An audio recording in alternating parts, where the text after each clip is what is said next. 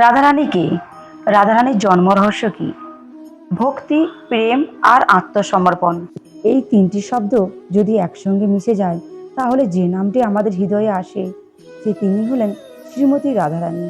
ভগবানকে ভালোবাসা যায়, এটা আমরা জানি, কিন্তু ভগবানকে এমনভাবে ভালোবাসা যায় যে তিনি নিজেই সেই প্রেমের কাছে পরাজিত হন।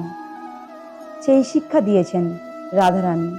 যখন আমরা রাধে রাধে বলি, তখন শুধু একটি নাম উচ্চারণ করি না, তখন আমরা আহ্বান করি এক অনন্ত প্রেম শক্তিকে। আজ আমরা জানব রাধারানীর আসল পরিচয় কি, তার জন্ম রহস্য কি, তিনি কি সত্যি সাধারণ মানবী ছিলেন, শ্রীকৃষ্ণের সঙ্গে তার সম্পর্ক কেমন ছিল, আয়ন ঘোষের সঙ্গে তার বিবাহের আসল রহস্য কি, রাধারানীর আসল পরিচয় কি, রাধারানী কে? এই প্রশ্নের উত্তর সহজ নয়। শাস্ত্র বলেন রাধারানী সাধারণ কোনো নারী নয়, তিনি হলেন ভগবান শ্রীকৃষ্ণের লাদিনী শক্তি, অর্থাৎ আনন্দদায়িনী শক্তি।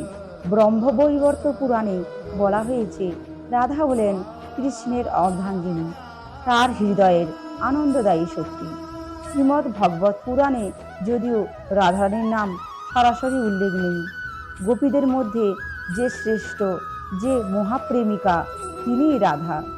গৌড়ীয় বৈষ্ণব দর্শনে বিশেষ করে শ্রী চৈতন্য মহাপ্রভু প্রচার করেন রাধা ও কৃষ্ণ এক আত্মা, দুই দেহে প্রকাশিত। লাদিনী শক্তি কি? ভগবান শ্রীকৃষ্ণের তিনটি প্রধান শক্তি রয়েছে: সত্তা শক্তি, অস্তিত্ব ও চিৎ শক্তি অর্থাৎ জ্ঞান শক্তি, আর লাদিনী শক্তি অর্থাৎ আনন্দ। আর এই লাদিনী শক্তি পূর্ণ প্রকাশ হলো রাধারানী, অর্থাৎ কৃষ্ণ যদি হন সূর্য, তবে রাধারানী সেই সূর্যের উষ্ণতা। কৃষ্ণ যদি হন চাঁদ, তবে রাধা সেই চাঁদের শীতল আলো। রাধা শব্দের অর্থ যিনি আরাধনা করেন, যিনি পূজার সর্বোচ্চ স্তর। রাধার প্রেম স্বার্থহীন, তিনি কৃষ্ণকে নিজের জন্য চাননি, তিনি চেয়েছেন কৃষ্ণের আনন্দ। তাই রাধাকে বলা হয় মহাভার স্বরূপ। একবার বৃন্দাবনে এক গোপী কৃষ্ণকে জিজ্ঞাসা করলেন, প্রভু, আপনি কাকে বেশি ভালোবাসেন? কৃষ্ণ হাসলেন, বললেন, যার হৃদয়ে আমি বসবাস করি।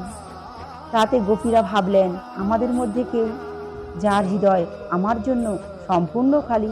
কৃষ্ণ বললেন, যেখানে নিজের কোনো চাওয়া নেই, সেই হৃদয়ে আমার আসল বাসস্থান। আর সেই হৃদয়ে ছিল রাধার। রাধা কেন কৃষ্ণের থেকে বড়? বৈষ্ণবরা বলেন কৃষ্ণ ভক্তের অধীন, আর কৃষ্ণ সবচেয়ে বেশি কার প্রেমে আবদ্ধ? রাধার প্রেমে। কৃষ্ণ বিশ্বজগতের ঈশ্বর, আর রাধা সামনে তিনি একজন সাধারণ প্রেমিকা। এই কারণে বৃন্দাবনের মানুষ বলেন আগে রাধে রাধে, তারপর বলে কৃষ্ণ। রাধা ছাড়া কৃষ্ণ অসম্পূর্ণ, আর কৃষ্ণ ছাড়া রাধা প্রকাশিত নয়। এই তত্ত্ব ব্যাখ্যা করতে গিয়ে শ্রী চৈতন্য মহাপ্রভু নিজেই রাধাভাব গ্রহণ করেছিলেন। আমরা সবসময় ঈশ্বরকে চাই নিজের প্রয়োজনের জন্য, কিন্তু রাধা সেখানে প্রেম মানে পাওয়া নয়, প্রেম মানে দেওয়া, প্রেম মানে নিজের অহংকার বিসর্জন দেওয়া। রাধারানীর জন্মকাহিনী এমন এক বিষয় যা শুনলে মনে হয় এটি সাধারণ কোনো জন্মকাহিনী নয়, এটি এক দিব্য অবতরণের ইতিহাস। রাধারানীর পিতামাতা কারা ছিলেন? শাস্ত্র অনুযায়ী রাধারানীর পিতা ছিলেন বিষভানু মহারাজ, আর মাতা ছিলেন কৃত্তিকা দেবী। রাধারানীর বাসস্থান ছিল বর্ষনা। বর্ষনা আজও ভক্তদের পবিত্র স্থান। একদিন বৃষভানু মহারাজ যমুনার তীরে একটি স্বর্ণকমল দেখতে পান, আর সেই কোমল থেকে এক অদ্ভুত আলোকছটা বের হচ্ছে। এই তিনটি শব্দ যদি একসঙ্গে মিশে যায়, তাহলে যে নামটি আমাদের হৃদয়ে আসে, যে তিনি হলেন শ্রীমতী রাধারানী। ভগবানকে ভালোবাসা যায়, এটা আমরা জানি, কিন্তু ভগবানকে এমনভাবে ভালোবাসা যায় যে তিনি নিজেই সেই প্রেমের কাছে পরাজিত হন। সেই শিক্ষা দিয়েছেন রাধারানী। যখন আমরা রাধে রাধে বলি, তখন শুধু একটি নাম উচ্চারণ করি না, তখন আমরা আহ্বান করি এক অনন্ত প্রেম শক্তিকে। তিনি কাছে গিয়ে দেখলেন সেই কোমলের ভিতরে শুয়ে আছে এক অপূর্ব সুন্দরী কন্যা শিশু। শিশুটির দেহ থেকে এমন আভা বেরোচ্ছিল যেন চাঁদের আলো পৃথিবীতে নেমে এসেছিল। বিশ্বভানু মহারাজ বুঝলেন এ সাধারণ শিশু নয়, এই ঈশ্বর প্রদত্ত কন্যা। তিনি শিশুটিকে ঘরে নিয়ে এলেন। কৃত্তিকা দেবী শিশুটিকে বুকে জড়িয়ে নিলেন। তাদের হৃদয় আনন্দে ভরে উঠল, এই কন্যাই হলো রাধা। কিন্তু এখানে আছে এক রহস্য। রাধারানী জন্মের পর চোখ খুললেন না। দিন কেটে গেল, মাস কেটে গেল, তবু তিনি চোখ খুললেন না। সবাই চিন্তিত। কৃত্তিকা দেবী কাঁদতে লাগলেন, হে নারায়ণ, আমার মেয়ে কি তাহলে অন্ধ? কিন্তু তখনও কেউ জানতো না রাধারানীর চোখ খোলার পেছনে আছে এক গভীর লীলা। একদিন শ্রীকৃষ্ণ তার মা যশোদার কোলে এলেন বিশ্বভানুর বাড়িতে। যেই মুহূর্তে কৃষ্ণ রাধার সামনে এলেন, সেই মুহূর্তে রাধারানী প্রথমবার চোখ খুলেন। এই যেন জন্ম থেকেই তিনি প্রতিজ্ঞা করেছিলেন, আমি প্রথম যাকে দেখব সে হবে আমার প্রাণ প্রিয় শ্যাম। তিনি অন্য কাউকে দেখতে চাননি, তিনি শুধু কৃষ্ণকে দেখতে চেয়েছিলেন। এ ঘটনা দেখে সবাই বিস্মিত হয়ে গেল। এই লীলার একটি গভীর অর্থ আছে। রাধা হলেন প্রেমের মূর্তি, আর তার চোখ তখনই খুলবে যখন প্রেমের আসল কেন্দ্র অর্থাৎ কৃষ্ণ তার সামনে আসবে। এ যেন আত্মার শিক্ষা। আমাদের জীবনেও চোখ তখনই সত্যিকারের খুলবে যখন আমরা ঈশ্বরকে উপলব্ধি করব। রাধারানীর জন্মতিথি ভাদ্র মাসের শুক্লাষ্টমী, তাই এই দিনটি পালিত হয় রাধা অষ্টমী নামে। এই পবিত্র তিথিতে ভক্তরা উপবাস করেন, কীর্তন করেন এবং রাধারানীর কৃপা প্রার্থনা করেন। অনেক শাস্ত্রে বলা হয়েছে রাধারানী সাধারণভাবে জন্মগ্রহণ করেননি। তিনি অজনিকা অর্থাৎ সাধারণ গর্ভজাত নয়, তিনি স্বয়ং ঈশ্বর শক্তির প্রকাশ। যেমন লক্ষ্মী সমুদ্র থেকে আবির্ভূত হয়েছিল, তেমনি রাধা কমল অর্থাৎ পদ্ম থেকে আবির্ভূত হয়েছিলেন। কিছু পুরাণে বলা হয়েছে রাধারানী হলেন মহালক্ষ্মীর মূল রূপ। মহালক্ষ্মী হলেন বৈষ্ণব বৈকুণ্ঠের অধিষ্ঠাত্রী দেবী, কিন্তু সেই শক্তি বৃন্দাবনী লীলায় প্রকাশিত। লক্ষ্মী হলেন ঐশ্বর্যের দেবী আর রাধা হলেন প্রেমের দেবী। ভাবুন তো, একটি শিশু জন্ম থেকে চোখ বন্ধ করে আছে, সে কাউকে দেখতে চায় না, শুধু অপেক্ষা করছে তার প্রিয়তমের জন্য। যেই কৃষ্ণ এলেন সেই মুহূর্তে পৃথিবী আলোকিত হলো।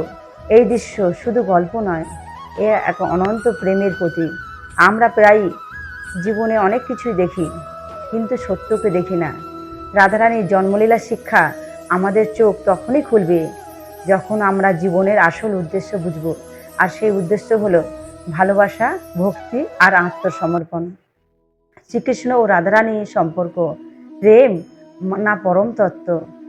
রাধাকৃষ্ণ সম্পর্ক কি কেবল প্রেমের গল্প, নাকি এক গভীর আধ্যাত্মিক সত্য?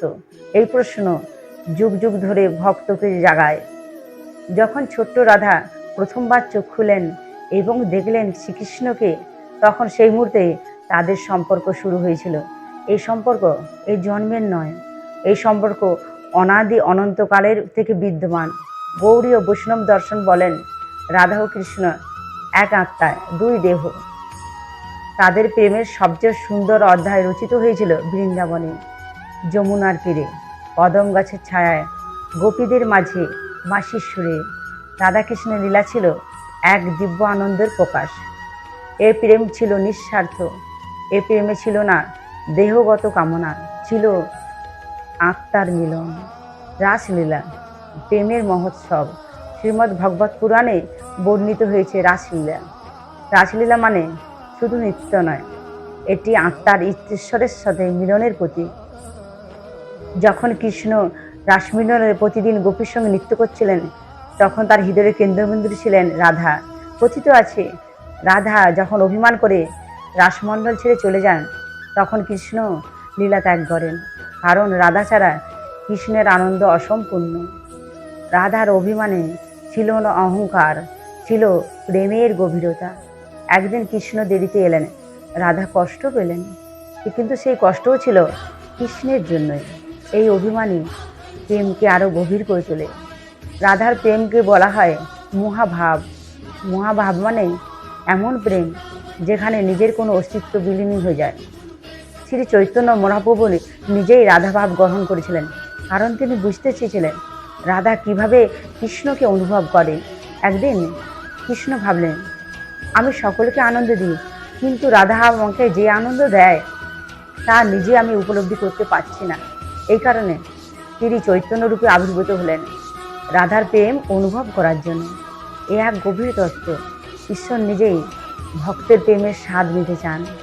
রাধা ছাড়া কৃষ্ণ অসম্পূর্ণ। বৈষ্ণবরা বলেন রাধা নাম আগে, কৃষ্ণ নাম পরে। কারণ রাধা হলেন কৃষ্ণ প্রেমের দরজা। রাধার কৃপা ছাড়া কৃষ্ণকে পাওয়া কঠিন। হরে কৃষ্ণ, রাধে রাধে। এই বিষয়টি যদি ভালো লেগে থাকে বন্ধুরা, তোমরা লাইক, কমেন্ট, সাবস্ক্রাইব করে পাশে থাকবে। এরকম নিত্য নতুন ভিডিও পেতে তোমরা অবশ্যই বন্ধুরা আমার চ্যানেলটিকে সাবস্ক্রাইব করবেন এবং কমেন্টসে লিখবেন রাধে রাধে, হরে কৃষ্ণ।